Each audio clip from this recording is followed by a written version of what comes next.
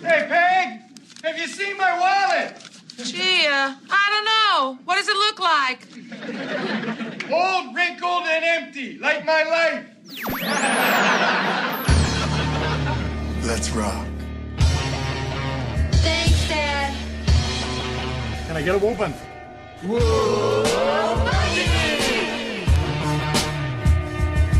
No Man presents, live from the nudie bar, the Married with Children podcast.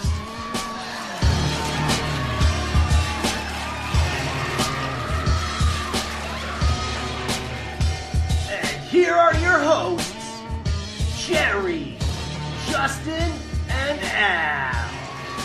Wow, it is coming down to the wire. We have 2 episodes to go in Season 2. This is the Married with Children podcast, and we are live in the nudie bar where hump day means Hooters for us, guys. Hooters galore, and we are reviewing Father Lode. I am joined by the guy who pays Bunny Zachmeyer to look up her dress, Jerry. What's up, Jerry? That was literally 20 days ago. I don't know why you keep bringing that up. It's just, you're right. I'm not going to mention it again. And we're also joined by the guy who, since day one on this podcast, has been studying road maps and fondling his keys, Justin. What's up? What's going on? What was that a reference to? Oh, you secretly wanting to leave the show. That's all. Well, this episode, as we said, we're coming to the end of Season 2. We have 2 episodes to go, this and one more. This aired March 13th, 1988. After going with Steve to the racetrack, Al is reluctant to reveal that he won $1,200 because he knows that Peggy and the kids will take the money for themselves. While Al tries to throw off Peggy's suspicions with sex, Steve asks for increasingly exuberant bribes of Al's racetrack winnings so he will keep his mouth shut about the money. Wow. Jesus. Well, that was it. Guys, great show. It just felt like the longest thing I ever read. Yeah, it is what it is. Al goes to the racetrack with Steve, wins a ton of money, and basically he has to hide it, and Al has no common sense with hiding. Think about it. It's like 10, 12 pieces of paper. Yeah, not only that, but even towards the end when he's playing with the thing he bought, it's why are you doing that right in the living room? Yeah, that was just stupid. Go to the basement, go to the garage, go somewhere where you have a little bit of time, but hiding the money was worse. You literally hid the money. You had the money in your hands in front of your wife who's sleeping in the bed. I was like, Al, Al sometimes is the dumbest person ever. I can't blame him for wanting to hide the money. Hell, he lost over $30 in the opening scene. Where do you hide your money? It's in my bank account, and no one has access to my bank account but me. If you were going to hide it in your house, where would you hide it? I mean, I'd probably hide it somewhere here in my office, in one of my VHS clamshells or something. Alex? The only thing I could consider hidden money of mine is my job has a credit union, everything's automatic deposit now and stuff. So I've been putting $100 a week into my credit union for a couple of years.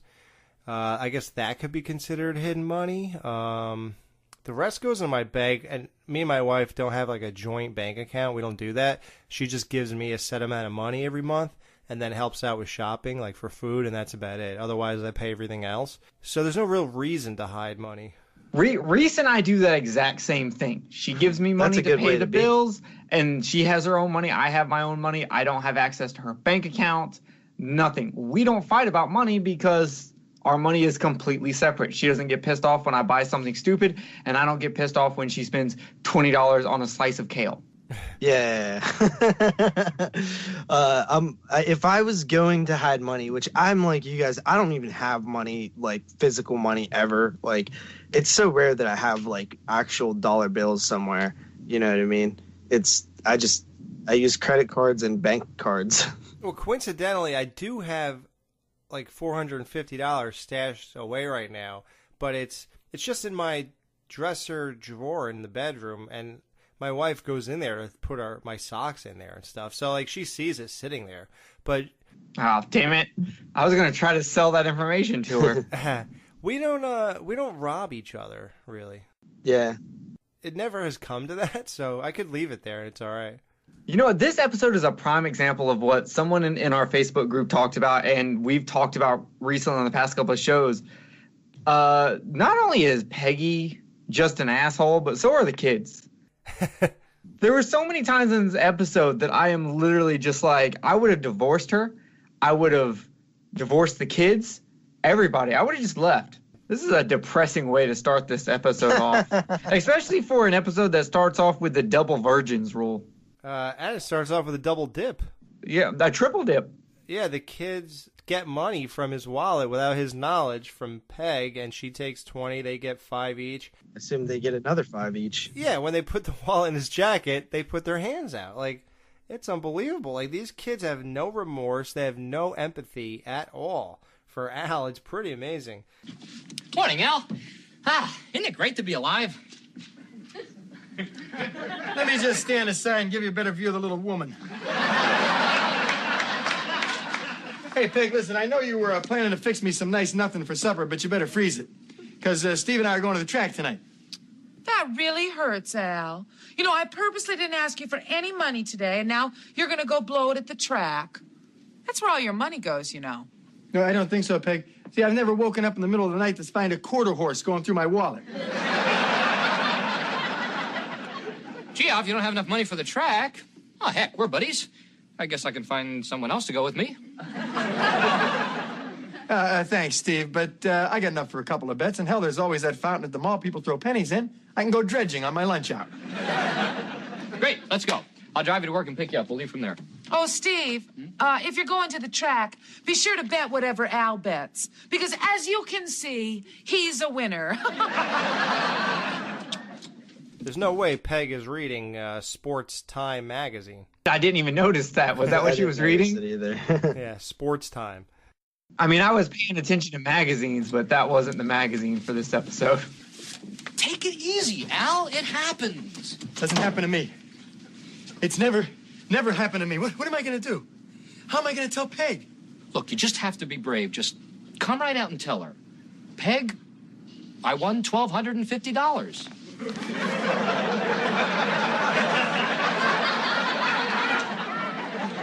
Steve, it's the first time in my life I won a trifecta.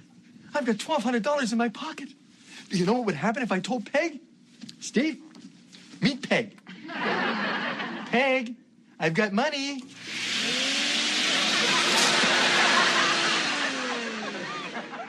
Trifecta, a bet in which the person betting forecasts the first 3 finishers in a race in the correct order. Oh, so you have to get you have to pick the winner, the runner-up, and the second runner-up. Wow.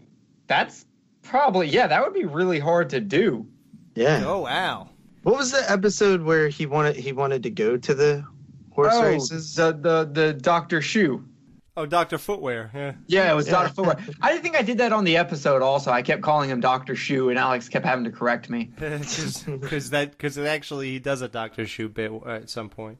That's what I think it is. I keep thinking of when you put the Dr. Shoe bits in the episodes. Yeah, that's when I was very ambitious with the breaks. Now I'm just putting the music from the episode, which... I actually like better. Yeah. Because I think it pushes us too far ahead doing that bit. That's what I felt. I felt that, especially when I did the beer makes you, hot women make you buy beer and ugly women make you drink beer. Like, when I was playing that, it was so out of character to what Al was in season 1 that it really is, like, jarring to hear that. You know, it's funny enough you said that. Yesterday, I watched a clip of that exact scene. And, I don't know what it is, but Al just looks different. His acting is different. He just looks good. Like, compared to, like, because I'm so engrossed in season 1 and season 2, watching that scene just really, like, Al looked and, like, in his form of acting was completely different. And now I'm really excited to see if I can spot where this, like, change happens. Right. Well, I know what I'm going to do with the $50 I won. Share it with Marcy. Wow, Hondo, you are much man. Hey, I'm not ashamed to say that it gives me great pleasure to share with my wife. What I am ashamed to say is that's a total lie. But she scares me to death, Al. Well, I want to enjoy my money, Steve, so I'm going to hide my money until I can decide what I'm going to do with it. And you're going to do the same thing. Oh, why would I do that? Because you have to. If Marcy finds out that you won money, she's going to know I won money, and then Peg here will know. Al, what you're asking me to do goes against everything I believe in. You're asking me to lie to my wife, to deceive her, and I'm afraid I just can't do that. For less than $50.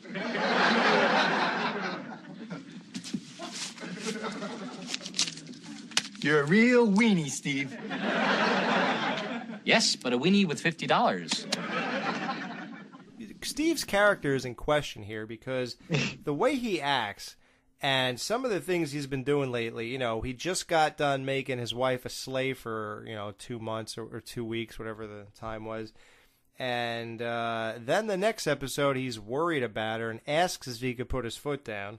And then in this episode, you find out that Steve does not get great pleasure sharing money with his wife. There are other times when he always tries to talk to Al like, I actually love my wife, Al. I enjoy spending time with her and things like that. And then we get to he has a dark side. And I don't know if it's just creeping out more often because he's hanging around Al too much and this show just shows you what a bad influence people could be. Even being such a weenie that he will lie to Marcy about winning money for $50. You know what? The answer for that is actually in this episode. Peggy says you don't know what Al's been whispering into his ears. And it's kind of them acknowledging what we were saying on the 2 past episodes, talking about how much Steve is changing because of Al and how I was thinking that's going to lead to the divorce. Right. But you're right. But I got to ask you, Alex, how much is it going to cost you to lie to your wife? About what? About anything, because it costs Al $50 for Steve to lie to his wife. I'd do it for free, but if you're willing to pay me, yeah, sure, 50 sounds good, even in today's market. Now, I would take that money and hide it down my pants, but there's enough down there already. Yeah, there's too much worth already there, huh? Yeah. Just like Al, there's just no room down there. So instead, Al, now what's happening here is Al's trying to now hide this. Now he only has $1,200 because Steve took $50 to shut up about it. Yeah, I've got to hide this somewhere Peg would never look.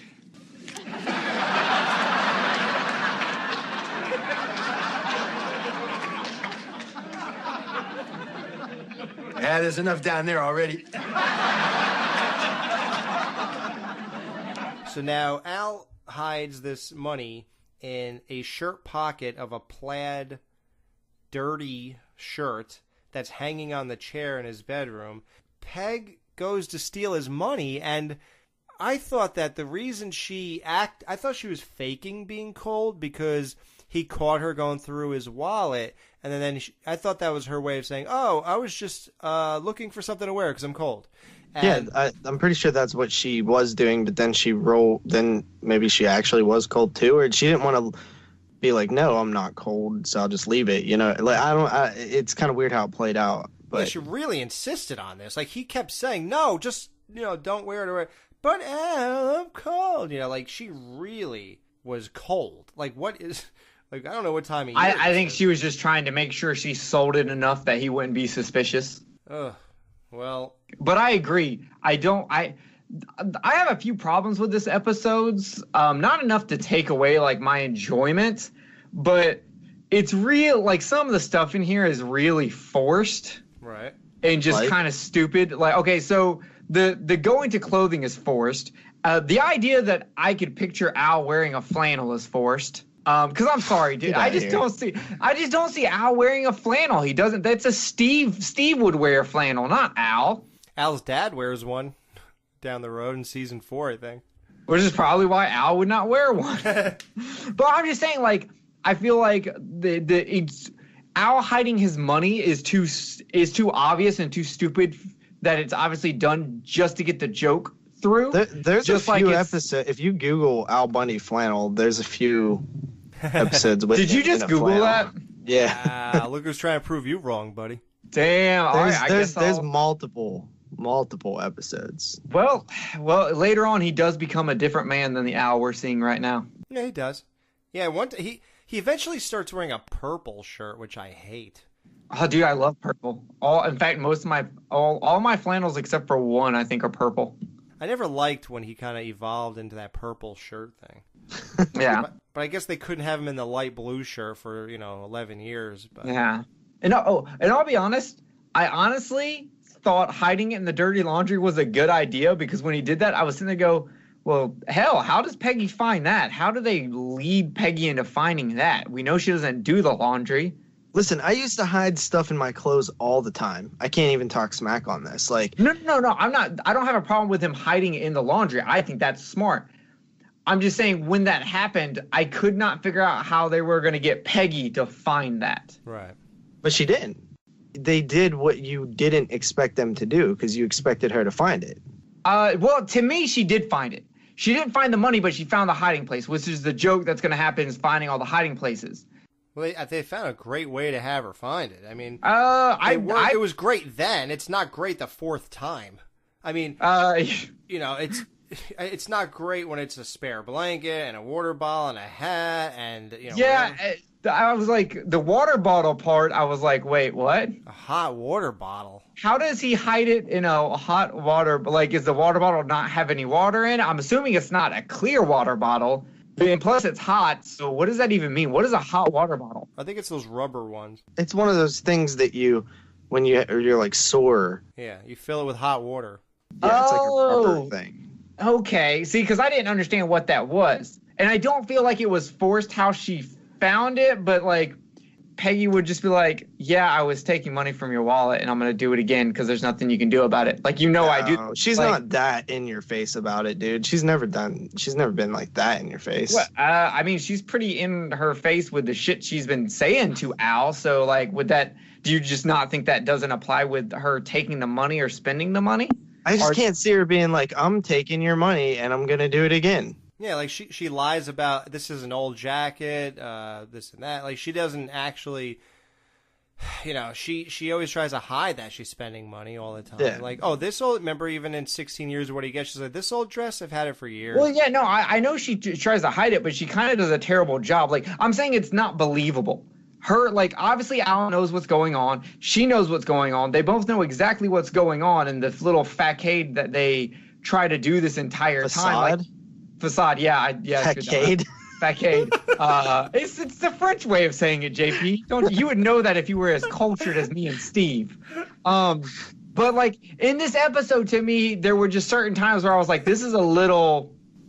And it's outlandish, and even thinking that she did this, they had sex 3 days in a row, so that's 3 sex points for Peg, too. Your hat is the next, and that was the only payoff when he, like, opened his eyes real wide and then ran over and took it out of the hat. That's funny, but... I think my main point is I just feel like the writing in this episode is kind of weak, cliched, and forced, and they didn't really try to be as inventive as I think they possibly should have, and they kind of just went with the cheaper ways of making it happen. I thought it was all funny. I don't know what you're talking about. I'm not saying I don't know not why funny. You guys... I'm not saying it's not funny. I'm just saying that I think the writing is very cheap in this episode, and it's a little hard. It's a little hard for me to chew this up. Well, it's definitely heavy-handed on some level, but I don't know if it's cheap. I don't know if I'd call it that. But so Al has him cash his paycheck for 3 days. Peg gets suspicious. Oh, by the way, Al, this morning I was going through your wallet looking for, by accident, and I just happened to notice that you haven't cashed your paycheck. Why? What? I just haven't had time. I see you around. Bye, sweetie. Kids, family meeting.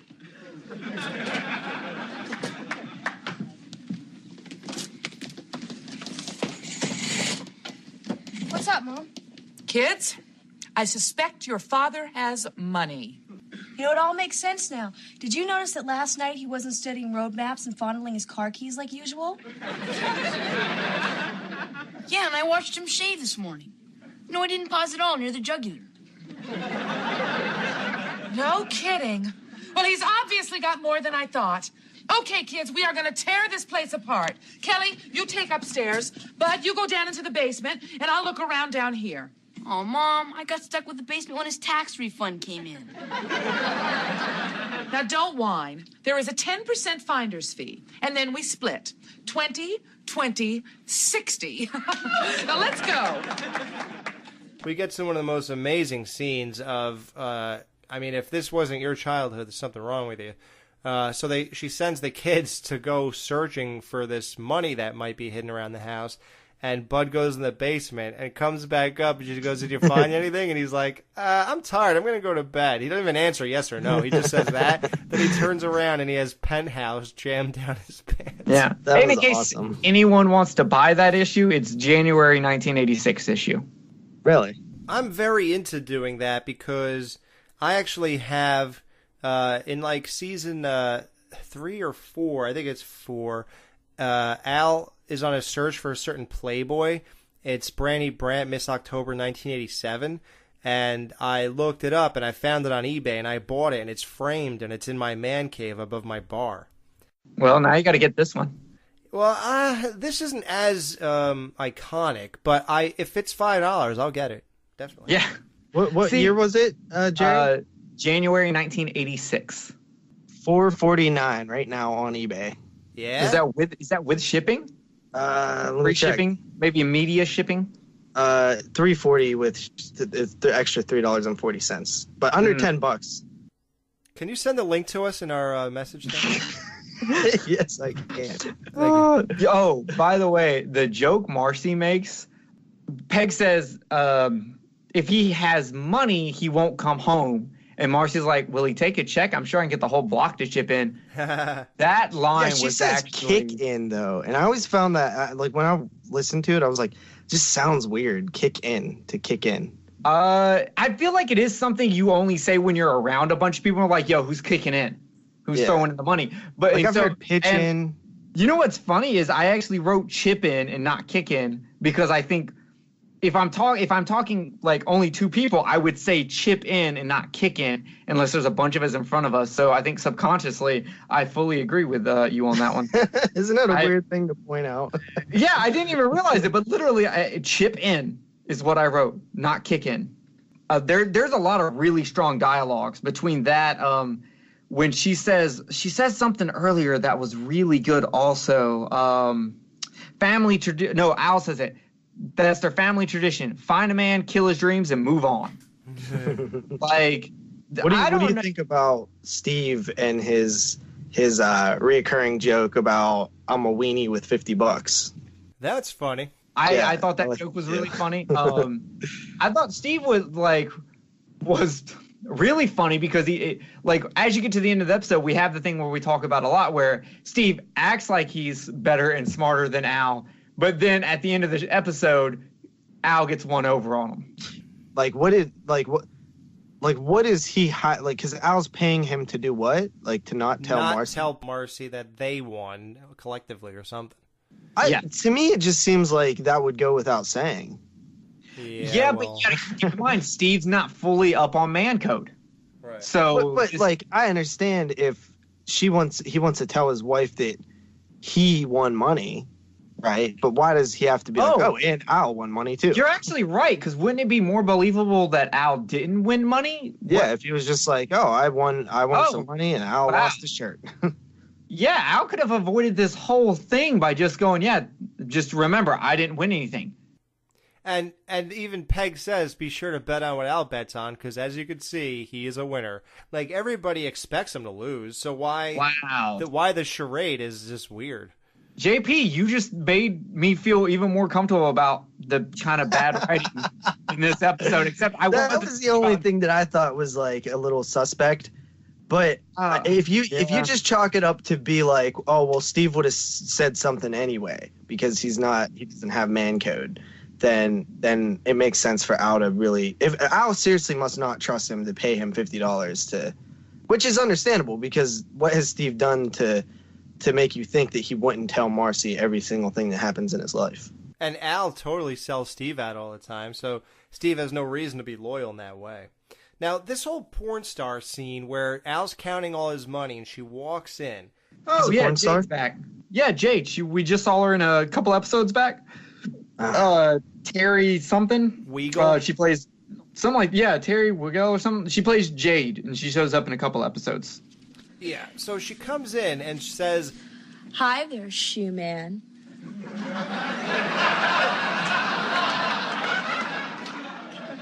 I was in last week, and I can't stop thinking about you.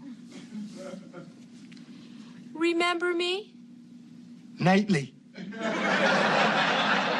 I mean, vaguely. Can I help you? I don't know how else to say it. I want you. Oh, that's so nice. But I'm married. Perfect. That means you're already broken in. I thought Al just kind of went into some trance or something, and then by the time he was out of it, she left already, and Steve comes in because she comes in again in the same exact clothes. Oh no, he was dreaming because it was a daydream, and that's why I think one of the clever lines here is she goes, "Do you remember me?" and he goes, "Nightly," which is kind of a fun joke that he dreams about her, and this is a dream. Yeah, but why is she wearing the same clothes when she really does come in, and why did she really come in? Because of bad writing. Wow, look at you. Who is the writer of this episode? Is it? I don't know. I'm just don't get me wrong. I don't have this episode rated low or anything. I just Linda Day. Okay, Ron Levitt wrote some of this. Well, not everyone can have a good day. Not everyone has a hit day every single time. Jerry Perzigian wrote. He's in the beginning of the writing credits. Let me see what else he wrote on this show. Just one episode he wrote. Wow, maybe that's why he never wrote another episode. Yeah, he was done. He did this, and Ron Levitt wrote it with him, though. It says, writers Jerry Perzigian, Ron Levitt, so let's just say it's this Jerry guy. So yeah, he was one and done. So yeah, you can't let someone named Jerry write your shit. It's just not a good idea. Yeah. So this Terry Weagle, mm-hmm. Yep, porn star. She was currently still active in 2015. In porn? In porn. No way. She did something for Evasive Angels called "Keep It in the Family." It could just be a guest spot or hosting or something. She might not have actually been. Unless you want to pull up screenshots there, JP. Well, in 2014, she did an interracial scene. Legendary Players seasoned to perfection. So even if it was just a cameo, she was doing porn a year before that.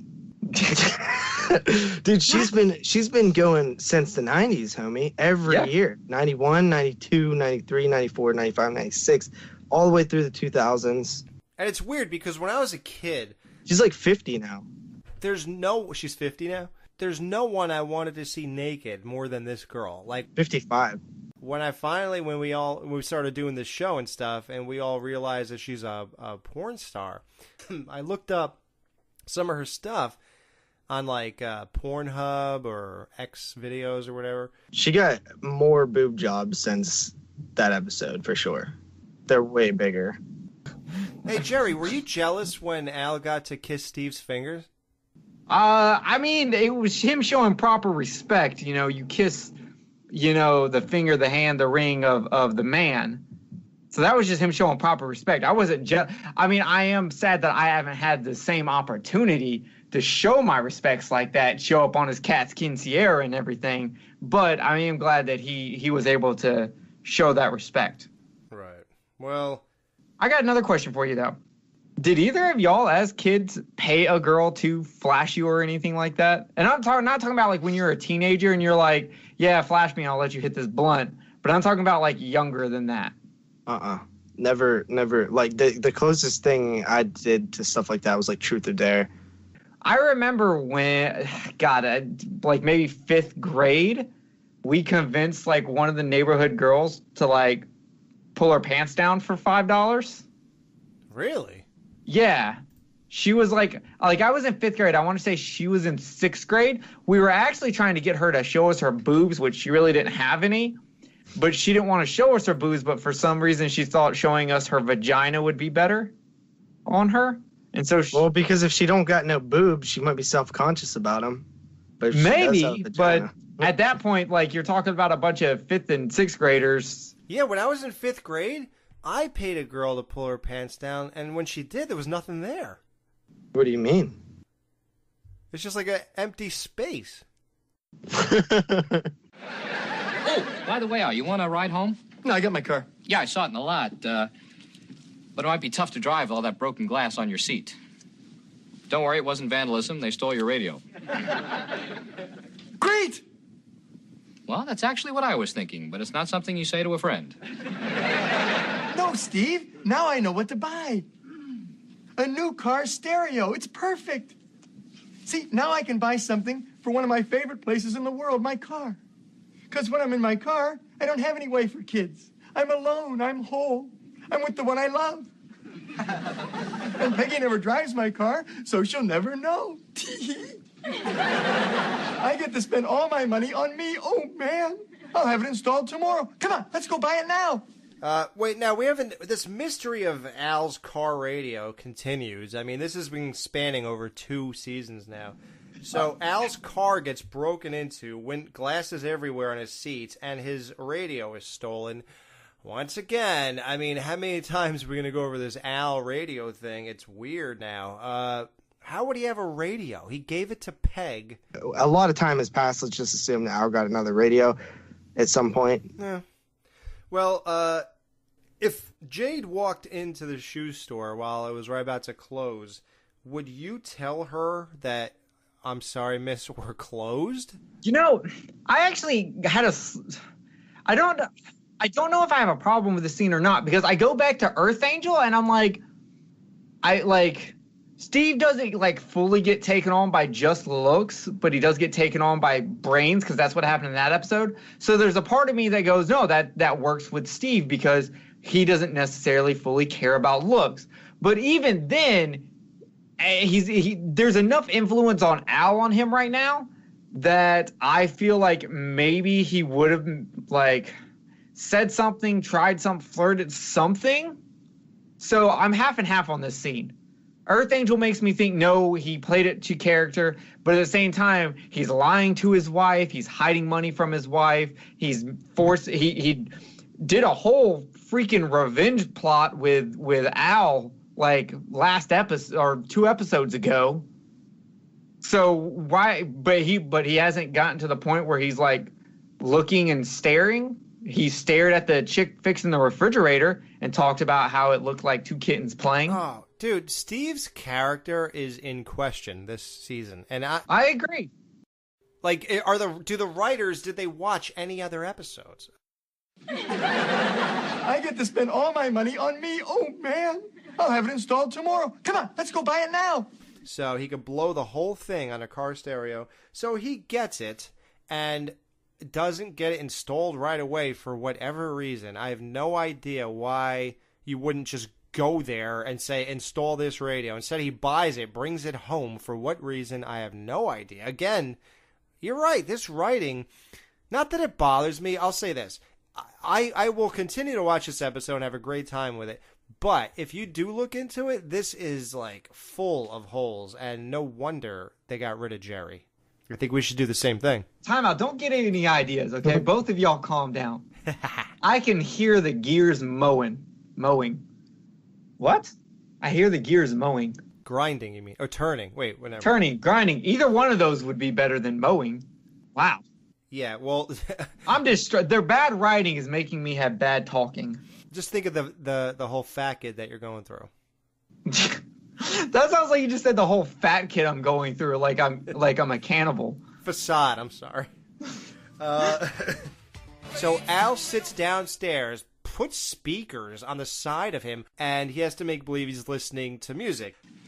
I heard it through the grapevine. Not much longer would you be mine. To all the girls I love. Big wheels keep on turning. Proud Mary keep on burning. Rolling, rolling, rolling, rolling, rolling down the river, rolling down the river.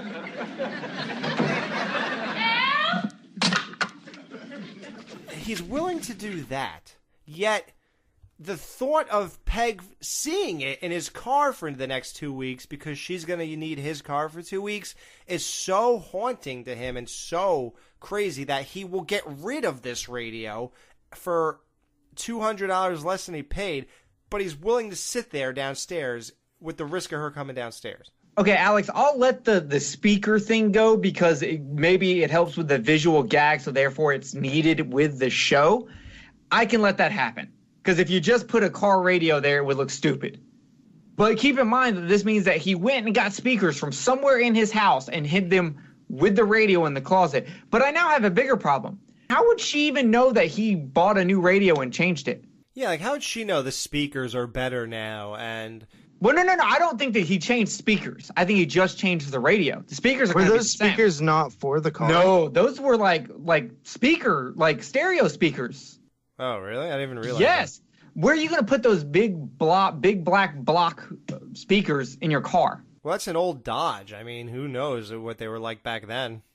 I've seen some old cars, and I'm not a car expert, and I just don't. Yeah, we know. I don't trust you. You know what?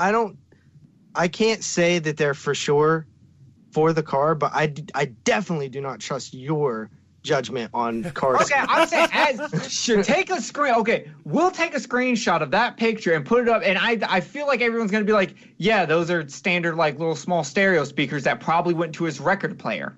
But those are not for a car. That's just I've never seen a car that had speakers like that. They just don't. Those are standard square speakers. Well, I want to know, does the moron who wrote this episode know that Peg won a brand new car an episode ago? Like, why would her car... Yeah, why is her car in the shop? Right, it's a brand new Mustang convertible, and one episode later, she's already in the shop. Oh, by the way, Al, I had to take my car into the mechanic. He's going to need it for a couple of weeks, so I'll have to use your car. And why would Peg have to use his car? She doesn't go anywhere or work. He has a job. Wouldn't he still be needing his car? Why is it a must that she uses it? And once Al just says, forget it, Steve buys Al's radio. Apparently Steve's in the market for a new radio. Like, for some reason, like, why would Steve, how is that even compatible? Why would he put it in his Mercedes? You're a real weenie, Steve. Yes, but a weenie with a stereo and $150 stashed away that Marcy knows nothing about. So, what are you going to do with the money, Al? But I always knew I would. Well, what can I say? You, my friend, are a loser. Whereas I am your consummate winner. Steve! Get out here and explain this $150 I found hidden!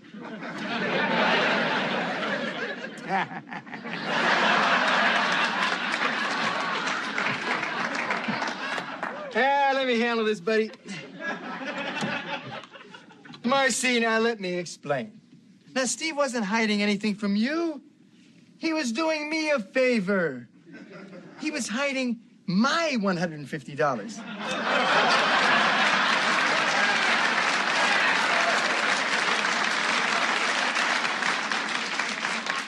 Because he would never hide anything from you. Right, Steve?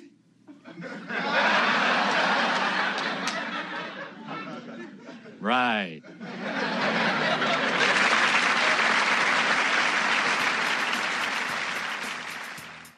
No Ma'am will be right back to wrap up this week's review.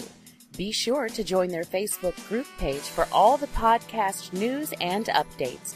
Just type in www.facebook.com/groups/marriedwithchildrenpodcast. Be sure to subscribe to them on iTunes and please leave a review telling them what you think of the show. To subscribe to their YouTube channel, just go to channels and search up Married with Children Podcast. You can email them at marriedwchildrenpodcast@gmail.com. Thanks for checking out this review. Now the guys are going to give their final thoughts and ratings of this week's episode. All right, guys, so we're back. Yes, join all of our social media.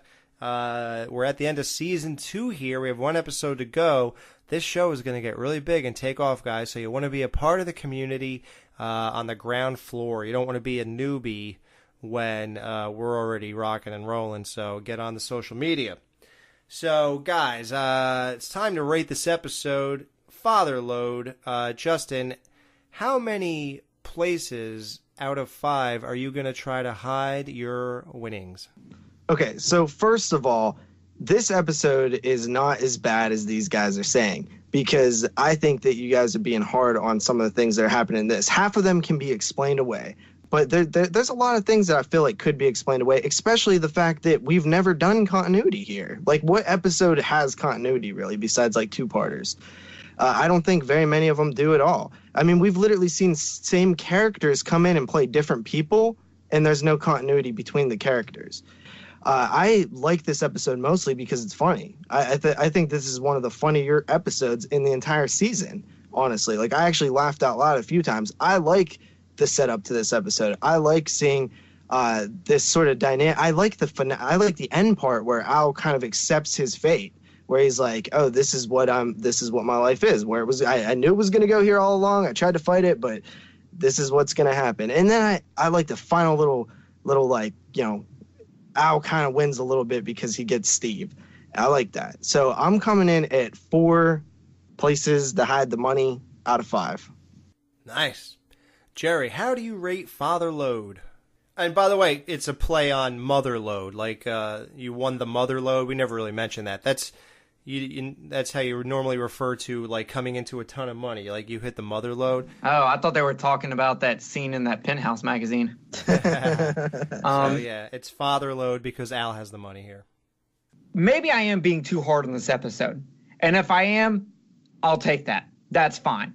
I feel like there are a lot of the things there were parts that I agreed with JP. There were parts where I said I can accept this for the visual gag. The problem is every episode, yes, there are things in a sitcom you're going to have to look over, whether it's for a visual gag. And I think there are issues where you're going to have continuity issues. That's true, but I don't think they should be happening within a couple of episodes. It's different this season than it is next season. I think that's acceptable, but in literally like less than 3 episodes, I can't really accept that. That's bad show writing. That's bad story writing. That's not knowing the season you're in. The creators of the show, the showrunners, should be looking out for things like that. Or I don't know if this was just a lazy episode and they got this one guy to write it who apparently has never written anything before or after dealing with Married with Children. Maybe they gave someone a shot and they filmed it anyways. I don't know how they read this script and was like, yeah, we're going to do it. There are a few gems of dialogue in this episode, but unfortunately that does not save it for me. There's just too many problems. I really do think the plot has a lot of forced actions, and I do think the writing's cheap. So I'm giving it a 2.5. I'm sorry. Ooh, wow. Second one, or is it the third one ever? Third 2.5 in the show. Second for me this season. Wow. Okay. This episode I've always loved. I think it's great. The premise, and when you look too deeply into it, yes, there are holes, plot points that just don't add up and things like that. But as an experience of just sitting down and watching TV and not having to do an exploration or breakdown or analytical type, review, it's a great episode and a fine addition to season 2. It's funny the whole way through. About none of the jokes go flat. The girl coming in the shoe store, we got another, like, that's like highlights to me. Great stuff. Al, his car gets broken into, nobody cares. He's gonna, he has a way to spend the money. Even that doesn't work. He loses again. loses by Peg needing his car, loses by selling it to Steve for less than he paid for it, and just like Justin said, at the end, he gets that one last zinger of the guy who's been, like, poking and prodding him all episode by just Al being the loser and him being the winner, and that he turned the tables at the very end. Perfect ending and perfect payoff. So, despite a couple, like, omissions here that are pretty glaring, I still love the episode. So, for me, it's a 4 out of 5. Only for looking at it for something like this will you find issues, but other than that, it's fine. Yeah, and even then, you might be able to explain away some of those issues. Yeah, maybe. Maybe on the season 2 wrap-up show, we'll attack 3 of them, and see if we could come up. We can't waste too much time on it. Yeah. We'll do something. I'm glad to hear that you liked it. I thought you were a little more hater on it, like Jerry, but turns out it's not. I don't think that's fair to call me a hater for it. I'm like, there's clear issues with it. Like, it's not me, like, hating it for no reasons. Yeah, if he has honest issues, this is not up to par with most of the Married with Children episodes we've seen. And if I give every single episode a 3 or a 4, then we're never going to have any bad episodes. And therefore, we don't have... I agree with everything you're saying. And I was only joking about the hater thing, obviously. But I do think, and this is my honest opinion, that there have been other episodes where we've ignored things like this. And this one, you decided to shine a magnifying light. But here's the thing. Can you find an episode where I've had this many complaints about one episode? Probably the other one you rated 2.5. No, I think that one was just boring. Yeah. This, like, it wasn't for technical issues. I'd have to look at my notes. My 0.5 is just because there are a couple of really good lines. And there are where I really laughed, but I've got to hold them accountable for this many mistakes. Before we wrap this up, let's put it in context. Jerry gave Earth Angel the 2.5. So that is the most ridiculous rating I've ever heard for that. But that one was purely because it just did not work for me on a comedy level. That was not because of problems or issues. It just didn't work for me on a comedy level.